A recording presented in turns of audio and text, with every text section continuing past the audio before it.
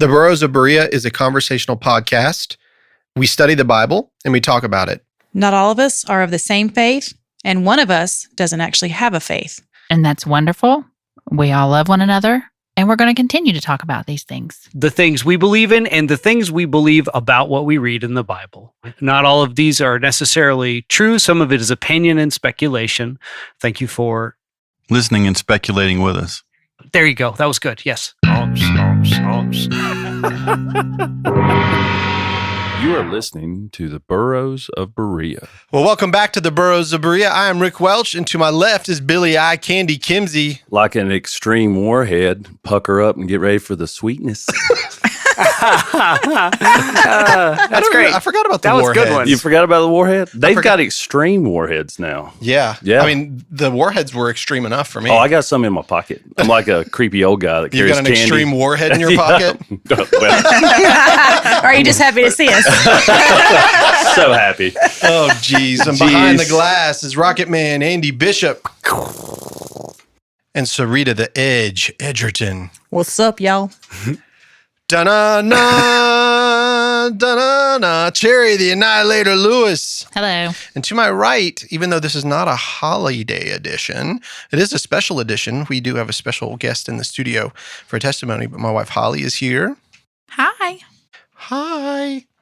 So today, guys, we have, well, two special guests actually, but one here for the testimony. The other one we're going to do another show later. But you can speak, I guess. We might let you talk. We'll allow it. But so my great friend, Emily Malloy-French, thank you for being here. Thanks for having me. Absolutely. Emily is a social worker here locally, and also she is the creator of the Mindful Evolution Project, which is for rape survivors of domestic abuse, physical abuse, and it's where they can share their stories through photography and videography. Mm-hmm. Yeah, and I have seen some of the stuff that you put out, and it really is amazing. It's cool. It's an interesting way, to express yourself. And Thank so you. cool. And her husband, they are newlyweds. They got married just a few weeks ago. Yes, we did. We all remember her as Emily Malloy, but she is Emily Malloy-French. And Ryan French is here with us. Hello, Ryan. Hello. It's good to be here. Yeah, I think I need to release those old Once Upon a Time things. Like just throw them in here and there when we did that funny movie thing for The Witch. Remember that? Oh, really? Yeah. And we did that here back in the old studios. That was fun. I Rick, enjoyed that. on my YouTube, I actually have that interview we did at length.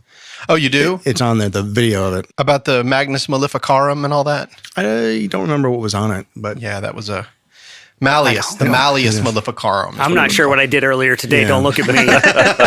He still has his slippers on. Yeah, he does. Yeah, absolutely. So, Emily, have you ever heard any of our testimony episodes? A few. Have you noticed that what our first question always is? Mm-hmm. So I'll ask you, can you tell me your earliest memory of when you heard the name Jesus Christ? So I was actually thinking of this yesterday, and I would say I was probably 7 or 8 that I remember. Mm-hmm. I was still living in New York, and I went with my friend Courtney to her church. I was like, I loved it. I loved the people. They were really nice. And it was a Methodist church. And then I remember hearing Jesus. But my other memory is of my dad. And if you've met him, he's from Long Island. And he would say the name Jesus a lot. Like a curse word? Yes. So that's how you heard the name Jesus. Got Really? it. Yeah. Yeah, really invoking the Lord. cheese and rice. Cheese and rice. Yeah, that's another one. And so from that period of time, can you take us through your story? Because talk about your salvation story, or if you want to talk about leading up to it, we just want to hear from that point till now. Sure. So I would start with, I'll start with the child part of when we first moved to North Carolina, I was about 10, and my mom and I were living there. My brother was still with my dad in New York, and my Aunt Karen, who has passed, one of my favorite aunts, was going to a church that is still near and dear to my heart that I went to for about, over 20 years. And we went to this church, a Methodist church locally, and people were so nice, like really nice. Like I've never seen people hug me so much and want me to be part of just in a room. It was really nice and warm. And I remember going to Sunday school and I wanted to get baptized, and it was my choice. And I got baptized and I had no idea what it meant. So every Sunday I was at church, and during, this time, my dad, who I love him to death, but my dad struggled with alcoholism. He's been sober almost 2 years, which is really awesome. Yeah, congratulations to him. Yes, it's on Halloween, actually. Oh, wow. And so my dad is doing well. But my dad struggled a lot with his own trauma as a child. And so he struggled with alcohol. And my former stepmom, who actually reached out to me on Facebook about 6 years ago and apologized for all the holidays she ruined. A lot of times her and my dad would get drunk and fight. And, to this day, that is traumatic for me. I don't like confrontation. I kind of freeze up, and it's something I'm learning to work through. But that was part of my story that led into, a girl with daddy issues who my dad was a part-time dad in my life, a lot of my life. And we were very close, and I've forgiven him. But it was really hard because I didn't have my dad. So then my stepdad comes into my life when I was about 11 and a half. And he was there when my dad couldn't be there, which is, why I had both my dads walk me down the aisle, because they're both my dads. And so he was everything that my dad couldn't be at the time. He was that for me. And I remember, things happening that as children we repress things, right? I remember just things coming out when I was in high school. Like, I remember when I was 15 and I struggled with body image. And I remember that I did not like that I was gaining weight. And so I had a friend who was anorexic. And I remember I'm like, oh my gosh, I need to learn from her. I need to be like that. So then I was introduced to Anna and Mia, which are the code names for anorexia and bulimia. And at 14, 15 is when I started to skip meals. And then I realized, I can't do that. I like food too much. So then I would eat and throw up. And it felt amazing. And part of why I'm sharing that is because I dealt with that off and on from the time I was 15 to the time I was about 27. And I called myself a part-time bulimic, jokingly, but for real. And I hit it. I hit it so well. And I remember one time I was at church and I turned white, and I was a nursery assistant at church for years. And my mom was like, "Are you okay?" And I said, "I think I took too many diet pills." And she just said, "Girl, we're throwing those down the toilet. You don't need those. You're beautiful." And yet, I needed more. And so, I didn't take any more of those diet pills. However, things continued to happen in my life, and I was still close to God. I went to church every Sunday. I became a lay witness speaker for the Methodist ministry, and I traveled around sharing my testimony at age 15, 16, and I loved it. I was on fire. At 18, I gave my first sermon, and it was amazing. I was like a substitute minister in Methodist churches from 18 to age 23, 24. And I still would speak at my church until I was about 28. And I felt on fire. I love speaking and sharing and connecting to people. But I repressed something that happened to me when I was 17. And when I was 17, I was at a football game with a friend of mine. And I was just wearing jeans and a t-shirt. And we were invited to a party after a football game. And something was slipped in my drink. And if you're familiar, that is what a lot of people call date rape. And I trusted this guy. I had a crush on him. And two other guys who I also trusted were involved. And then that became gang rape.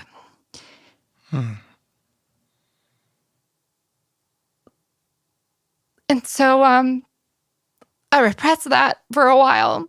I repressed it to where I started using substances off and on. I partied a lot, but I was still going to church every Sunday. I'd show up hungover, but I was there. I would give a sermon and be there, and I would do a really good job, but something was hurting on the inside. And so I learned, the people I was hanging out with were toxic, and it wasn't good. And I was so good at hiding it and grinning and burying it. I succeeded in college. I did really well. I was a preschool teacher for 7 years. And then through all this time, I was stuck. I didn't know what I wanted. I didn't want to be a preschool teacher anymore. I was trying to be an elementary school teacher, and it wasn't working out for me. So I'm like, God, I don't know what I'm supposed to do. I'm racking up all the student loan debt. I don't know what I'm supposed to do. And I was really frustrated. And I kept praying even when I didn't hear anything. I was like, okay, I know you're there. I'm just gonna continue. And in 2012, there was a mission trip to Costa Rica that I really wanted to go on.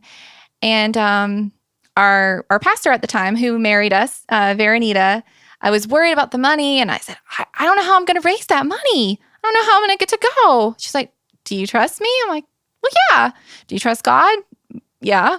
We're going to raise the money. You're going to get to go. And I was so worried I wasn't going to get to go to Costa Rica, but we raised the money and I went. And it was in Costa Rica helping people that I was like, why don't I just get paid to help people? I love helping people, right? So that is when I changed my major and I went to school for social work. Mm-hmm. And I'm telling you, that was a healing experience in itself because I had to deal with my own stuff. I went to Mars Hill University. Woo, woo. I love Mars Hill. I've spoken there and shared my story there. And I loved it. I knew when I had my social work interview, I was in the right place. It was part of my next part of my story. And I was so excited, but I didn't realize that I was going to have to dig up my own trauma. I didn't realize that I was told you have to deal with your own stuff before you can help someone else. And I didn't know that I would do this thing, which I recommend to look into a genogram, where I had to interview my mom and my dad, who both have trauma in their lives as children, and interview them about their trauma. And in both sides of my family, we have suicide, overdose, homicide. We have addiction, domestic abuse, physical abuse, sexual abuse. And it all made sense. It all made sense because I realized that sometimes what happens to you and kind of things that happen, obstacles, they're generational sometimes. And so what happened to my dad, he was so abused, happened to his dad, and it's just generational trauma. And so I really got to dig deep, and I had to write a psychosocial assessment where I had to write about my own stuff. And it was hard. It was really hard, but it was so cathartic. It was therapeutic. I was digging stuff up and I was putting it out there. And I was in therapy and, it was doing well. And I realized I was growing and the friends in my life were not. And it's interesting because I was close to two girls for a long time who I still love them. They're just not meant to be in my life right now. But they both were also raped. And it's interesting how if you don't deal with your trauma, you continue to use ways to cope. And I was growing. I was dealing with it. I was like, what we're doing is not okay. I don't want to do a line of cocaine. I don't want to go to the club. And it was just, it started to feel like I was needing to move on from them. But I didn't, because I'm a helper and a lover, and I would take care of them. But I wasn't doing that stuff anymore as much, but I was still friends with them, and I was the good one. And it was in that time where I was healing and in therapy where I met my now husband, who's, he's also part of my story. He was the first man who I ever felt understood me. And he taught, self-defense to women and how to use a firearm properly. And a lot of his clients were survivors of rape. And I remember when we were working on Red, which is it was a local, gonna be a local TV show, but it didn't work out. But that's okay. That's okay because I have Ryan. So I have a husband out of it. So I'm pretty thankful.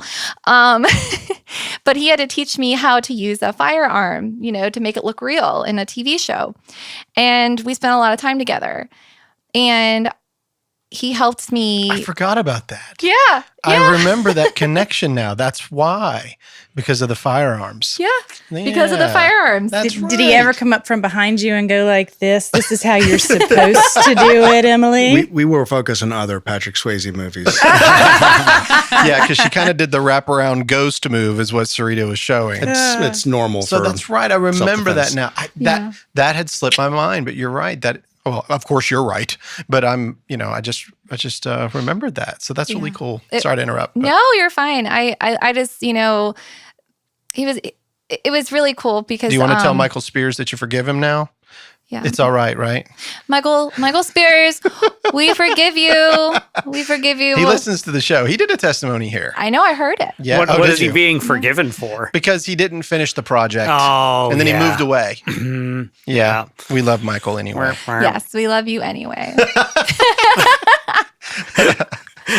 But and so, it was in that, meeting Ryan in social work.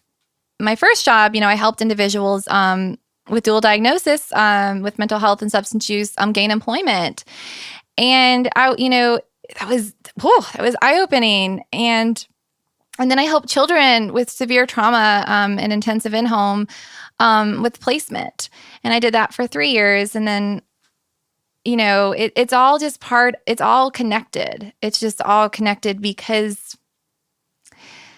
I don't know. I believe God works in mysterious ways.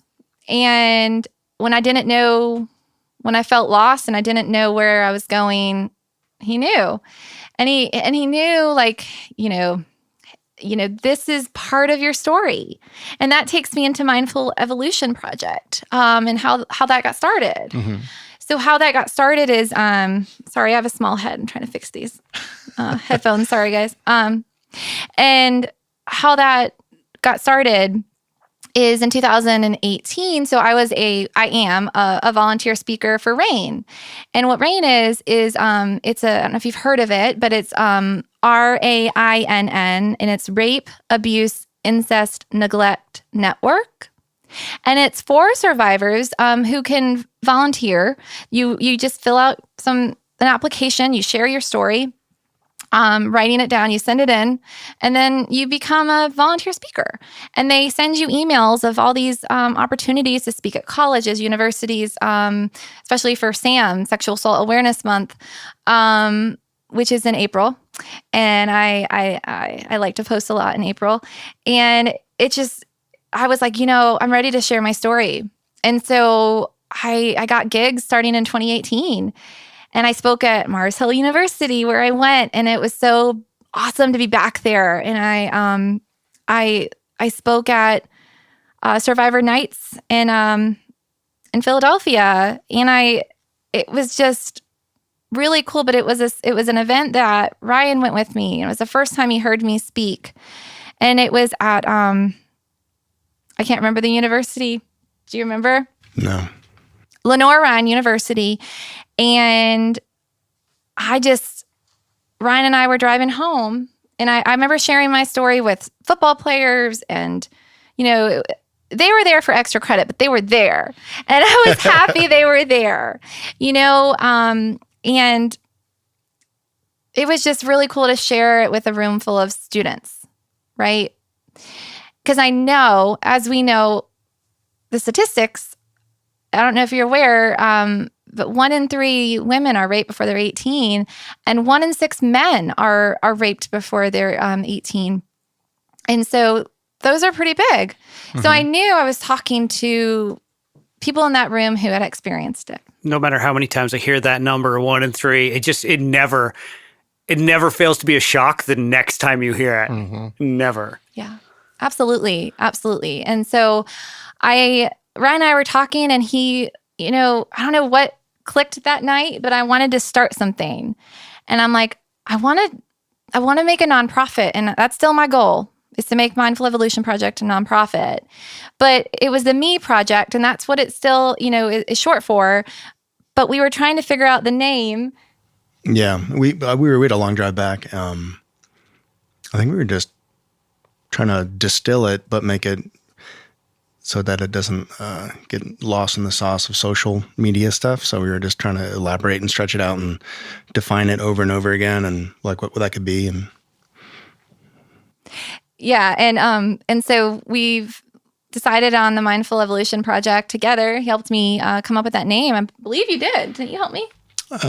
Yeah, I think I was asking you what what are the critical elements for you from your point of view, and and you kept saying mindfulness and things like that. Yeah, and then because it's about evolving. You know what I mean? It's about changing, because we should never be stagnant, and we should always be better. Want to be better tomorrow than we are today, and so I kind of just got inspired because I was already in social work. And I'm like, wow, what's the first step in that? And it was like, make an Instagram. Okay. Make a Facebook page. Okay. And those are on there, by the way. Yeah. I remember whenever you sent me the invite, and I was like, what's this all about? And I was like, oh, wow, that's so cool. And so what that means is, I'll explain. So it's, so how I launched it is I shared my story with a photographer, Donna Angel. And I asked her to come with me. And I'd met her through Michael Spears. Mm-hmm. Michael, I've met a lot of people through Michael Spears, so I will always love Michael. But anyway. You met me through Michael Spears. I did. Yep. And I love you. And I know, and I love Michael. you. Isn't that great? He's so great. See, Mike, we still love you. See? Aw. He was at the wedding with us, by the way. Yes. It was good, yeah. Yes, he was. And so we shared my story through photography. And so the first phase was, we shared it in symbolic ground. So we went back to the place where I was invited to that party, where to me, symbolic ground is the place that changed my life and where I lost part of myself. And going back there and taking those pictures, it's like I got my power back. It was really amazing. And then we took pictures where we were going back to how it felt to be in that moment, and that was hard. It was hard. And so then I shared these pictures, and the final phase was the freedom, and how one of the pictures, it's me holding my own cage, and I'm in the cage, and it's about the next picture is I'm holding the cage and there's a dove flying out. And so it's about, we can open that door and we can let ourselves out of that dark place. And so I launched my pictures and my website, and then I reached out to other survivors, but I'm sorry, they reached out to me through confidentiality. And we shared their story. I did their pictures, and COVID kind of put that on freeze. Yeah, like everything else, sure. Right, yeah. So I don't know what the next step is for my project. I've spoken, to a few people at universities and in Philadelphia, and I'm not sure what God has in store for it, but I know it's not over. And I post a lot about statistics and empowerment, and I never forget the male survivors. I have a good friend who is a male survivor who I met through speaking. So yeah, that is kind of, I guess, where I'm at. And now I'm an investigative social worker, and I investigate child abuse and neglect. And that's got to be tough on you. Yeah. Yeah. because you Yeah. relive the trauma every time you see it in someone else. Am I right? Yes. Yeah, absolutely. Yeah. You have to do self-check and self-awareness a lot. Do you feel more of a more endeared? I mean, obviously, people can look at a child and say, "Oh, I feel for that child," but when you've been through it, it's almost like you have a one up on other people because you really understand the depth of what it does to the mind, I would which think. is Yeah. able to reach out. And I've always wondered if a lot of people who help other people that are in trauma, if it's because they come from that experience in their life. Yes. And if you look, most of us social workers are in the field because we went through it. A big percentage, it's like a lot. But again, you have to make sure to work through your own stuff before, you can help someone. But yeah, I absolutely get triggered a lot. But I have a support system at my job, and they are, really supportive with self-care. And I'm not ashamed of my story or what I've done. It's helping other families because when it's appropriate, I'll share a little piece because they're like, "What do you know?" Or "How can you relate to me?" I'm like, "I didn't walk in your shoes, but I walked in mine." Right. I'm here because of similar things that led me to wanting to help people. And when I share and I'm raw and I'm open and I'm honest, I have great rapport with my families. And it's because I treat them like a human. They're humans, and I meet them where they are. And it's a beautiful experience. Yeah. So just so you understand, you're 1 in 3, okay? And I've never shared this publicly, and I'm going to share it publicly tonight. But I was viciously raped when I was 5 years old by a 16-year-old boy. And I know what it means to have that innocence stripped away. I was 5, so I didn't know anything, of course. But I knew that I stopped trusting people. I even stopped trusting my parents because I was put in this position, And so as I grow and I see your eyes, it's like, I feel and I understand, but I had to go through that too. And I went through some serious cognitive behavioral therapy. I needed that because mine came out of me through anger. Everything was anger for me. People would look at me and it'd look at me funny, and I'd be like, bah, I would just get so mad. I still have those moments, actually. I cannot imagine that. Yeah, just me getting don't. angry. Yeah, I don't. Oh, I do. don't Ask my see it. wife. But the reality was, at the age of 5, you don't know anything, and sexuality does not need to be introduced to a child. But it did. It opened up my sexuality, And then I would do something, and then I would be made to feel shame because I had done something where I was acting out. I was a child. I was acting out. And so then it was always like this shame upon shame, And so by the time and this isn't my testimony, I'm saying it because you opened up about it. I wanted you to know that your statistics are right in this room, right? So it's real. And so by the time I got old enough to really understand, I was so lost. And my relationship to God it's a very weird and unique one, I stayed with a family that, when all of that happened to me, I was in a home where the Bible was there and everything was normal, but there was what you did was you swept everything under the rug.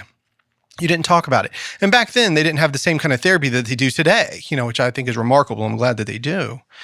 But, when people like you who come out and say, hey, you're a survivor, when I heard that word, I would always say, I'm not a survivor. I'm not a survivor. I'm not a survivor. And then suddenly I was like, I think she's right. We are surviving because it strips you of your humanity. And if you feel like you've been in bondage forever. So by the time I met Christ, it was like all I wanted was the love. I didn't care about hell. I didn't care about heaven. I didn't care about all your rules and regulations and your building and all that stuff. I didn't care about any of that. I just heard that God loved me. And I was like, I want that.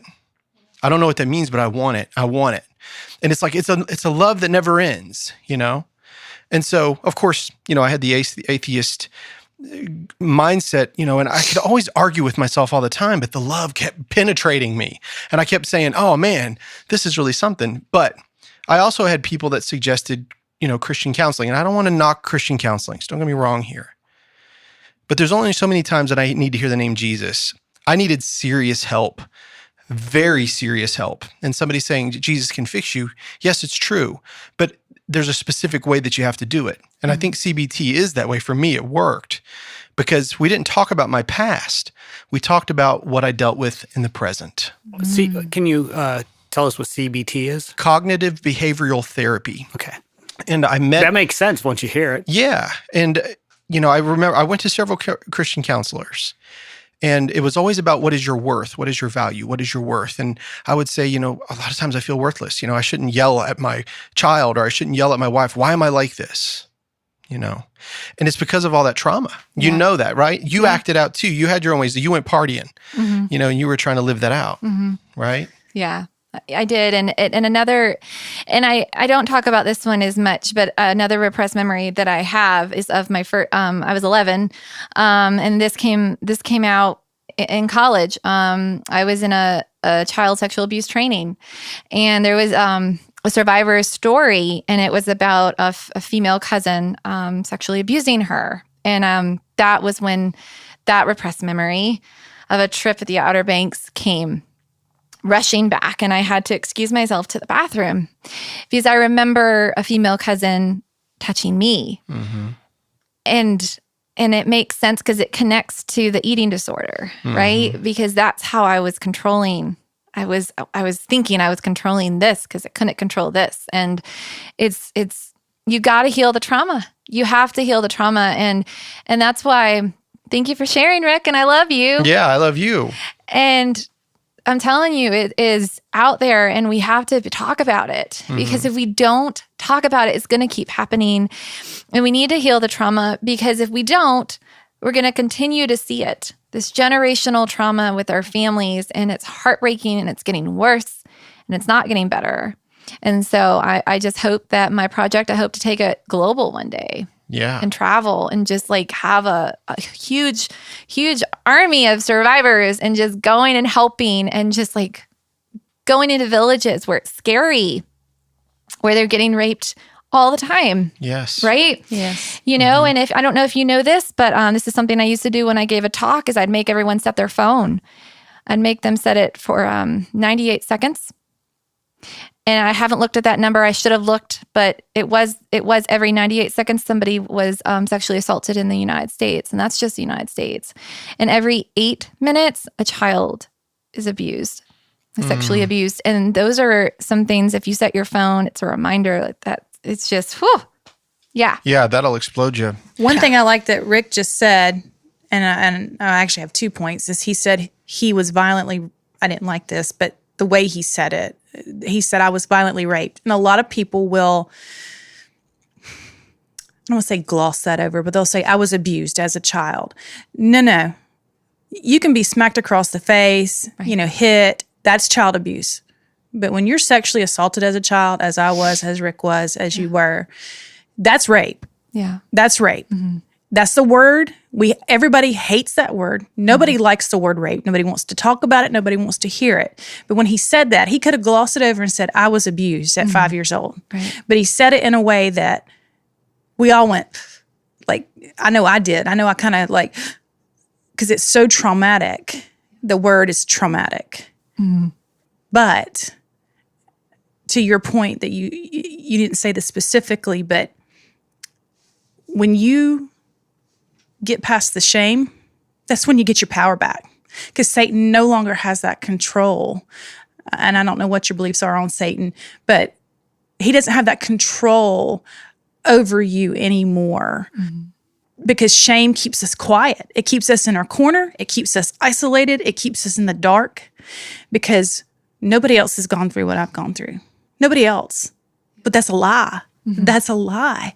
And when you let that shame go, and you kind of alluded to it, that's where you got your power back. And confronting, you went physically to the place.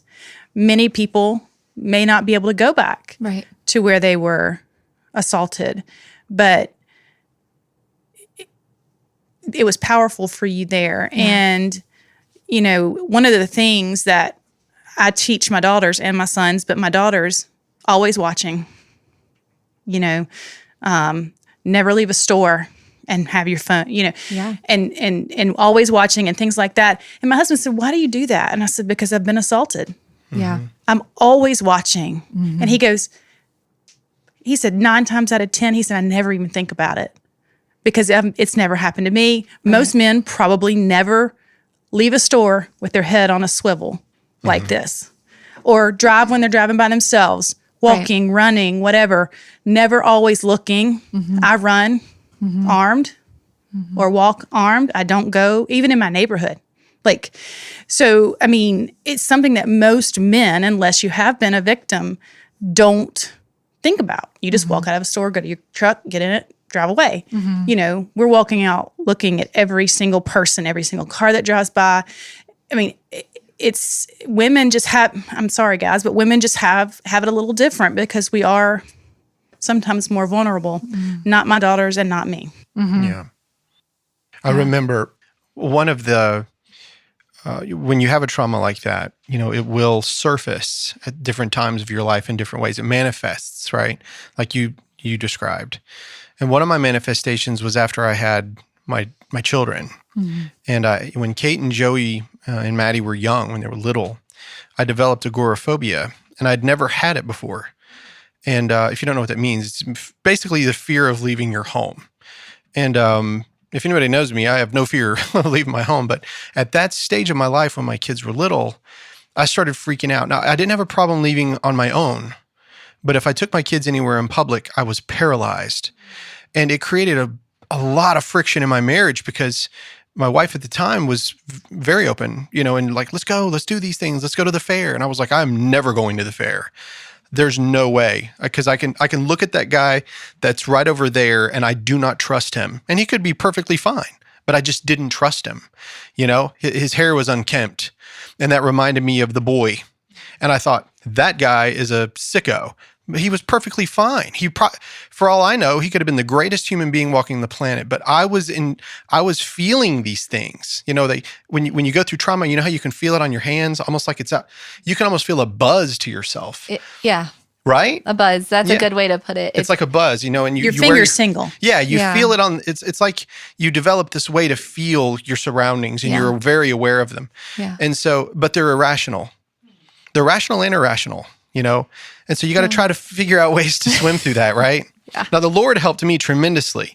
I delved into the Word and I got deep into the Word. That's why I have such a passion for it. It saved not only the Word, but Christ saved me from that. I'm not afraid of these kinds of things. I don't walk around with a gun personally, and it's fine that you do. I'm just saying, like, for me, like, I don't care whatsoever. I believe in the sovereignty of God. I'm not concerned whatsoever. If it's my day to go, I'm going. You know, if somebody tries to hurt my kid, I'm going to stop them. You know, that's the way it is. And I went to a Christian counselor for that, right? But I was very fortunate. My wife today, we both have great spouses, you and I, because we can talk. Like, I told her all of these things, and she listens, you know, and that's important to be able to say, you know, that when people say, speak my truth, I used to hate hearing that. Like, I want to speak my truth, you know, and I'm like, whatever. And it's like, actually, I'm okay with it. Maybe you need to, you know. Our friend Tiziana, you know, shared on here, and she was viciously raped by a pastor of a church, you know. I got to introduce you to Tizi. Yeah. I've got to. She just had a baby. You're not going to see her for months, but. That'd probably be a good pair, though. Tizi, definitely. And I think you two would really get along. Tizi, she is on fire for God. And when she goes crazy, man, and she is wild. She's energetic. Very much so. But, and of course, by the time this episode releases, you know, it's long past due, but Tiziana's baby Jubilee was born. Oh, yeah. Yeah, very healthy baby, and mom's at home. But she's she very much understands that she had to go through, like, she shaved her head, man, and left, and Andy and his friend took her in and all that. So it's nice to have a support system of people that care about you, you know, and love you. And but that's, you know, I think it's remarkable that you can speak openly, even to the public, you know, just to people that you don't even know. It was a little bit easier for me because you opened up for me to open up here. I've never said that publicly. It's like coming from a place of both ignorance and lack of experience, but it does seem like the stigma against it is what makes people blame themselves, you know, and that's why it's so hard to speak up, but it just seems like it's really important to be able to say that. Not to be made to say that, but to be able to say it. Yeah. Seems like super important for people. Well, and there's something I say, you know, Rick, thank you so much. I'm so glad that you shared, and I've had this experience before where I've had a survivor come to me and say this is the first time, and I'm telling you, when you hold that in your hands and you hold that in your heart, that's a lot. And I always say to them, you know, sharing is healing when you are ready. It's when you are ready. Sure. You know, I wasn't ready for a while, and gosh, I mean, late 20s for me. And it was every time I shared, I felt like I was healing a little bit more. Yeah. And we don't understand just how rampant it actually is in our society. I mean, you're using, you know, these statistics, and if we were to really set our phones to remind us, we would probably get a good feeling of what it's like. Did you say every 8 seconds a child? Every 8 minutes. Every 8 minutes, and then every 98 seconds? Yes, someone is assaulted in the U.S. 98 seconds. A minute and a half. Well, you know, child sex trafficking or sex trafficking, that we have more slaves in the world today than we have ever had from the beginning of time because of child sex trafficking. You think like Taken, like the movie Taken, that was just a small tidbit of that. But, you know, there are several homes in the area where women go to heal when they get rescued. Yes. To heal. There's one in Charlotte. There's one in Raleigh. There's one in Atlanta. There's several. But to hear your story would probably be amazing for them to hear that they can come back from that. Because those statistics are probably not even calculated in Absolutely. those things. And yeah. What is at any point, did you blame God for anything? Because it sounds to me like you just went on for the glory of God and just like, boom, boom, boom, I'm going to start talking, I'm going to do all that. But did you ever have any like deep, heartfelt things like, God, why did you let this happen to me? I was angry. I mean, I was angry. But I think I just made I never turned away. I made a connection. I think what really helped is my mom and dad are both very open about their past. My mom and dad, they both have their own stories of abuse, right? And they're both different. And my mom never hid that from me. And I think that is why I saw my mom on fire for God. But my mom had to find a church that accepted her.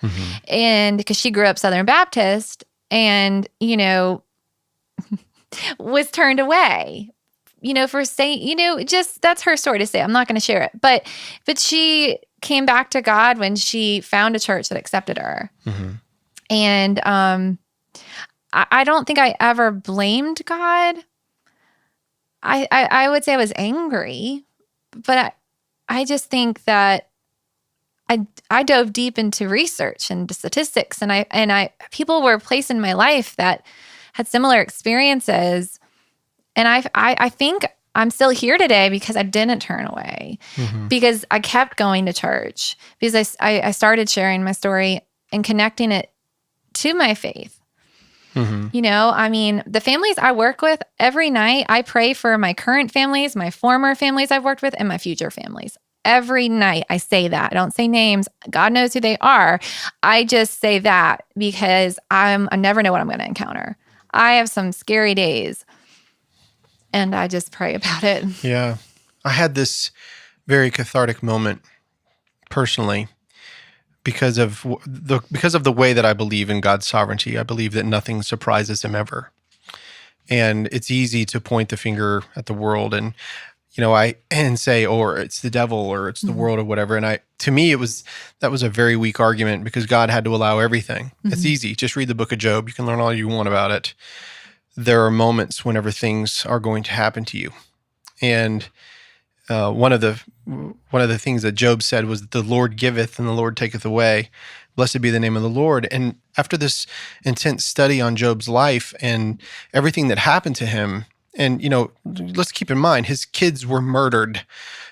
He lost everything that he had, and all what was left was him in sores, in ash, just sitting there, and he still never cursed God. And I thought, why is that? And then I suddenly realized He's another example of somebody has a really great wife. Yeah. A nagging wife. Yeah, but he never said, why didn't you take her, God? He probably thought it, but he never said it out loud.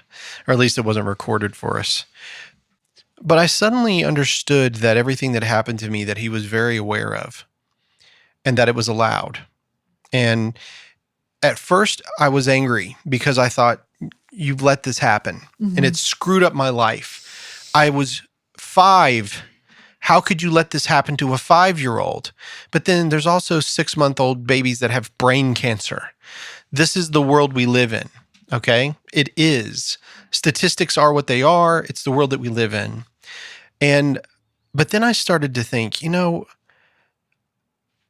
stuff that I was talking about love, I know this is going to sound very bizarre, but what actually healed me was that I realized that he allowed me to do it. He allowed this to happen to me, and he allowed me to go through all of these things. Even now, I'm still going through them. But in the end, if Jesus had never said, love your enemy, I probably wouldn't be the way that I am right now. But because he said it, it changed my entire philosophy on life. I started seeing that the only way that we could end the evil was to stop it. We have to be the barrier. We have to stop it.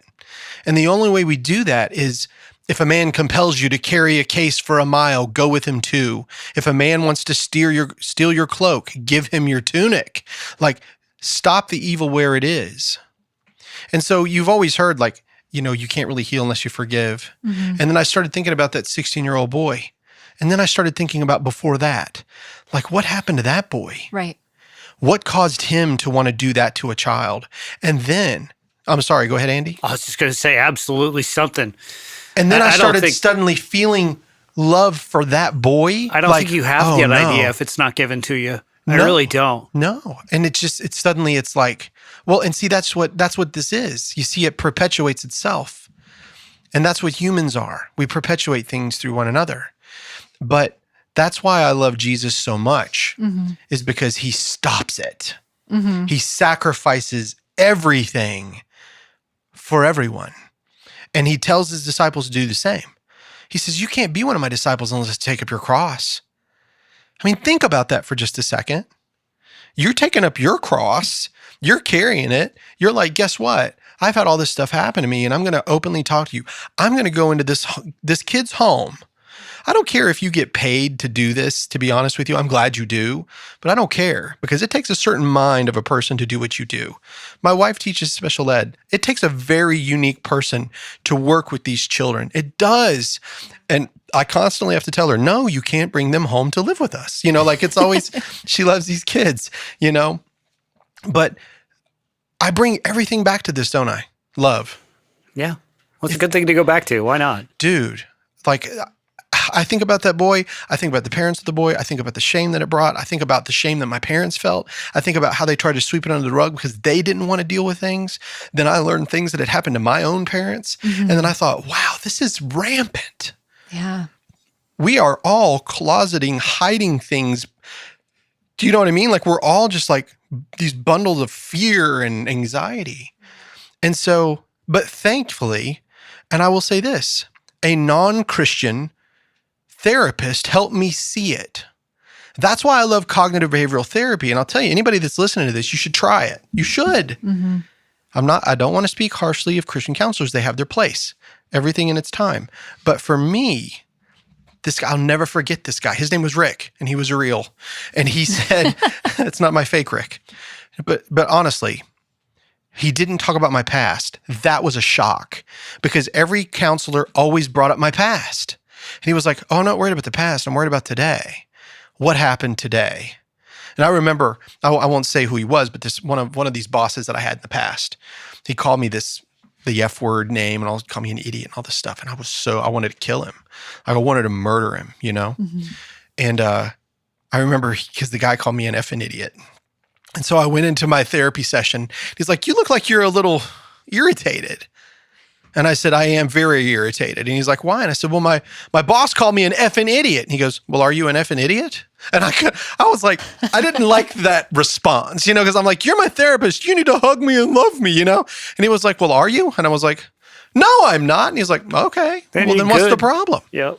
You know, I feel like, Andy, honestly, I feel like you would have answered in the same way because a lot of times you have that dryness like, well, are you an effing idiot? So why are you thinking about it? I don't get it. Like, what? Like, I have a thing about this, but God, it will derail this, and it might be just bad. do it. You're not going to derail it. Okay. This is literally the way I think about like white guilt. Like people will be like, white people did this horrible thing, and they did unequivocally. But when people say that out loud, no matter how loud they are, I'm just like, yeah, because I was born poor in the Adirondacks. I know it wasn't me. I know they're not talking about me. And maybe they're angry in general. Yeah. But I know it's not about me. Right. And I know that they're not wrong. Yeah. So it's fine. Yeah. It's fine. It's not me. It's not personal. Right. So it's like, I get And to it. your point about the therapists, there are Christian CBT therapists. I go to one in Spartanburg. and I didn't have one at the time. This was He actually has a years ago. podcast called Tattoos and Jesus. Really? He's pretty amazing. Really? Yeah. So, like I said, I don't want to disparage Christian counselors. There is a time and a place for it. For me, it wasn't working because I kept hearing, it was like, I called it JPMs. How many Jesus per minutes did I have to hear? Common term in Christian music industry. Yeah, Jesus per minute, you know? And so for me, and it is, but it is. And I kept saying, look, I don't have a problem with Jesus. I love Jesus. And I talk to him about these things. But what I'm telling you is that there's something going on in my mind that none of this is solving. I need something else. And so what CBT did was it helped me learn the spaghetti incidents of my life and get clarity on how things were prioritized in my own mind. And at the end of my session, and this was what was weird. My sessions ended. He was like, okay, you're done. I mean, I kept thinking, don't you have a Mercedes to pay for? You know, like, why aren't you going to keep this going? Which is what I always felt like I was going to be perpetually forever, you know? He was like, okay, you're done. You know? And I'm like, what? He's like, yeah. And the things that we learned, he was like, just remember, always put God first. He's not a Christian, but it was my priority. It was your priority. Yes. That's awesome. And so he wasn't the kind of person that said, well, you know, I don't need you to look God. You need to understand science and do what I say, because none of that. I don't know why I went like so. Why do you talk It's like because that? Yeah. that's the voice you always do when you're being a little condescending. That's why. So, It doesn't matter what it's about. But he wasn't Southern, so I don't know why I went like that. You know, like You always "Hey, do that, I'm telling you." You know, but anyway, he didn't say any of those things. He just he said, "You remember to put God first. Don't forget that." And I thought, this is amazing. This is a great therapy. They understand the human mind. They do. It's incredible. So anyway, I would try it, guys, whether it's Christian or non-Christian CBT. It's amazing. If you have been through trauma, Yeah, go get some help. Get it. absolutely. It's amazing. I didn't mean to talk up your whole time. No, it connected perfectly. Yeah. It's perfect.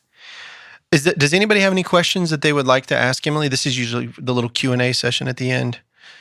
What size are your feet? No, just kidding. 2. It's crazy how small they are. No, they're not. They're regular feet. Yeah.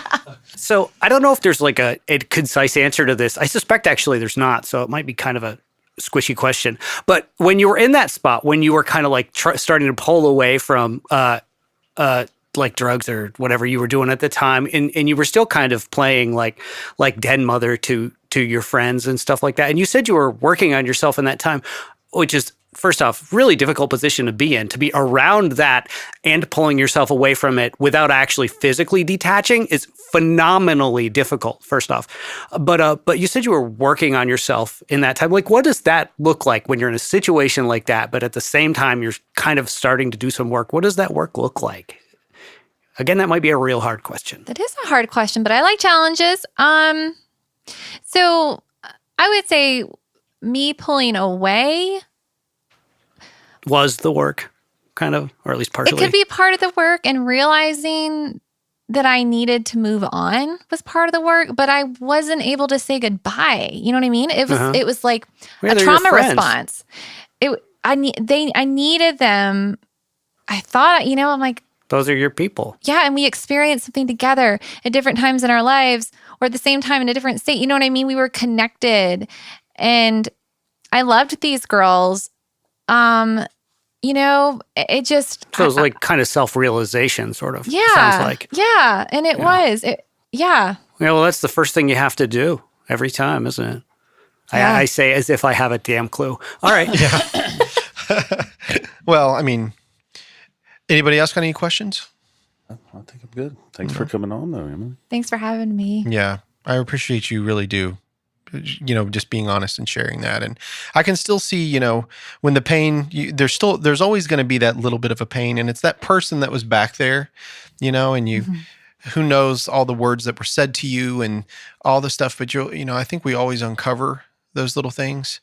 But I can tell you, man, I just shroud it with love. That's what I do. Yeah. And it works swimmingly for me, but anyway, and that comes straight from the Lord to me. Like, that's where it's from. Yeah. It's wild. It's wild. I don't know why, but he's given me the whole big dose of that stuff. So, a big dose of love. Anyway, is now a good time for a joke? You want me to lighten it up just a little bit? Do it. Well, we'll be the judge of that. Yeah, I promise you, it's going to lighten things up a little bit. So, this really high profile, a very expensive attorney dies a tragic death and goes and stands before the gates of heaven. And Larry, the 15th apostle's hanging out there. He's everywhere. He gets around. He is. So the attorney goes up and he's like, I got to admit, I'm kind of surprised that I'm here. And Larry says, well, you're not yet. And he goes, oh, he said, yeah, you're going to have to answer some questions. And so the attorney goes on this small tirade of talking like lawyers do. He tells him, hey, listen, you can't think about it this way. And he does all these wonderful arguments, just like a lawyer would do. And Larry was like, I think you've convinced me. You've convinced me. But here's the problem. You're going to have to go to hell for as long as you've been alive. And then we'll let you in. And the guy's like, really? Well, great. Fine, I'll do it. So Larry goes, all right, well, we'll see you in 350 years. And the attorney's like, that doesn't make any sense. I was only 65 when I died. And he goes, I know, but we only go by billable hours. Did you pick up on that already? I feel like I've done one like that on an accountant before. That was a good joke. Come on. Anyway, well, guys, thank you for being in the studio. Emily, again, thank you. Ryan, thanks for being in the studio. Billy. Yes, sir. You still got that mega warhead in your pocket? You bet. Just Extreme. I guess I probably should have extreme. mentioned that Ralph Hicks was not here tonight. He was on a flight to San Antonio, so he could not join us by Zoom or be in the studio. So safe travels, Ralph. Of course, we're in December now, so we don't know how it turned out for you, pal. Andy, Sarita, Cherry, Holly. Thanks for coming, guys. Yeah, thanks for being here. Thank you for Thank having you. us. We will talk to you next time on the Burrows of Berea. Yeah. Beep. I like the little noises people make. It's always fun. Hey guys, this is Rick from the Burrows of Berea. Do you know how much blood, sweat, and tears it takes to make a podcast? None. But that doesn't mean that it doesn't cost a lot. And so if you guys don't mind, if anybody would like to give to help us with these episodes, it would be great. We'll put out even more content. And if you go to our Patreon page, just search for the Burrows of Berea, you'll get extra notes, extra episodes, and it's pretty much free. $1 gets you a lot. Thanks, guys. Cherry's being mean to me. Yeah. Well, we're recording, so if you're going to be mean to Rick, do it out loud. do it. Do it. Yeah, I'll try not to talk over you guys too much. Well, tonight. you're fine. No, I mean, really, it's not like that. It's just a thing to be aware of, right? Yes, absolutely. Okay. It won't be so much in the testimony, but it will be in the Right. Halloween episode. It's whenever we. Oh my God. This dog just walked in here and like crop dusted me and then walked out. Oh my God. So you who were Are you looking sure it's not for Cherry's coffee? Yeah, you who are looking for poop on Well, your you shoe, I found it. It wasn't on your shoe. Yeah, Or in my it coffee. permeated your That clothing. was harsh. That was real strong. It's Wow, still in was here. it fancy? Can you taste it? I'm glad that door shut. I I just think it was say. all. I can taste it. Yeah, I believe it was the three-legged dog, but they're all. Tomato